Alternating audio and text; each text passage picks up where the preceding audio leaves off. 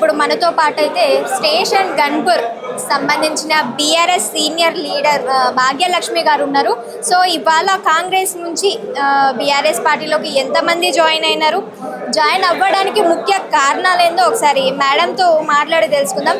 నమస్తే అండి. నమస్తే అండి. చెప్పండి, ఈరోజు ఎంతమంది కాంగ్రెస్ పార్టీలో నుంచి బీఆర్ఎస్ పార్టీకి జాయిన్ అవ్వడం జరిగింది? అసలు స్టేషన్ గన్పూర్ నుంచి కాంగ్రెస్ పార్టీలో నుంచి బీఆర్ఎస్కి జాయిన్ అవ్వడానికి ముఖ్య కారణాలు ఏంటి? అసలు ఈరోజు తెలంగాణ భవన్లో హైదరాబాద్లో రాజయ్య గారి ఆధ్వర్యంలో స్టేషన్ గన్పూర్ నియోజకవర్గ కాంగ్రెస్ సీనియర్ నాయకులు మరియు కాంగ్రెస్ కార్యకర్తలు చాలా పెద్ద సంఖ్యలో, అంటే ఒక 500 నుండి 600 మధ్యలో జాయిన్ అవ్వడం జరిగింది.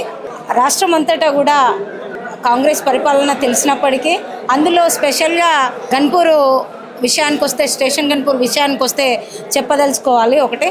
ఎందుకంటే టీఆర్ఎస్ పార్టీలో చాలా సుశిక్షితులైన కార్యకర్తలని చాలా కష్టపడి రాజయ్య గారు క్యాడర్ని పెంచుకోవడం జరిగింది. ఏది టీఆర్ఎస్ కార్యకర్తలని క్యాడర్ పెంచుకోవడం జరిగింది.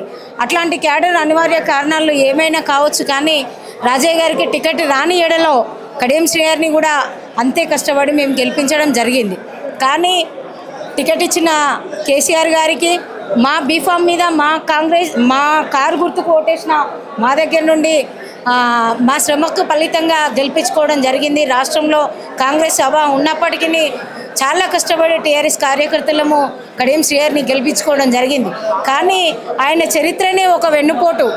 ఆయన రాజకీయ జీవితమే ఒక కుట్రలతో స్టార్ట్ అయినది. కాబట్టి మా కార్యకర్తలకి మాకు నమ్మక ద్రోహం చేసి మళ్ళీ కాంగ్రెస్కు పోవడం వల్ల ఈరోజు ముఖ్యంగా రాజయ్య గారికి ఎప్పుడైతే టికెట్ రాలేదని అలిగి కాంగ్రెస్లోకి పోయారో, మళ్ళీ వాళ్ళంతా కడియం శ్రీగారి చేసిన ద్రోహాన్ని జీర్ణించుకోలేక ఈరోజు మళ్ళీ టీఆర్ఎస్లో జాయిన్ అవ్వడం, కేటీఆర్ అన్న ఆధ్వర్యంలో ఒక 600 మందికి పైచిలకు జాయిన్ అవ్వడం జరిగింది.